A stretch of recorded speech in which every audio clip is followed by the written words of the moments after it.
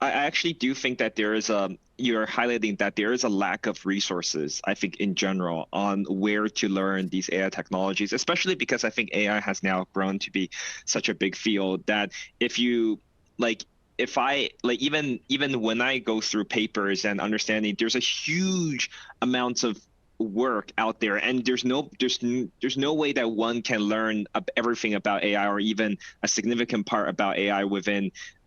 without sort of guidance and without understanding of what you want to achieve. And I think that there is very much a lack of resources. That is why I am at the Harvard trying to build out this kind of resources, writing cases, such, designing courses. I think that there's a lot of potential to be made. And I think the Rams raise a very good point that I think academicians like a lot of times want to do the cutting edge, the latest and the greatest, and wants to develop the latest tools. But I think that as we saw in the first poll and et cetera,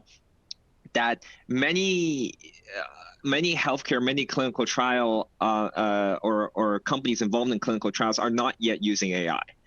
That's not because there's no work in clinical trials for AI. There's probably 10,000 papers that I can pull out. And I think there's a huge gap between how many papers and how many sort of raw resources there are and what the real world impact is yet of AI currently in clinical trials. And I think this is caused by multiple problems. Number one, as I mentioned, is the lack of resources, but also number two, I think that academicians, including myself, I think, as I worked with Jensen, I sort of became sort of coming down the ivory tower and let's do this, let's do this really cool, really, really sexy thing, but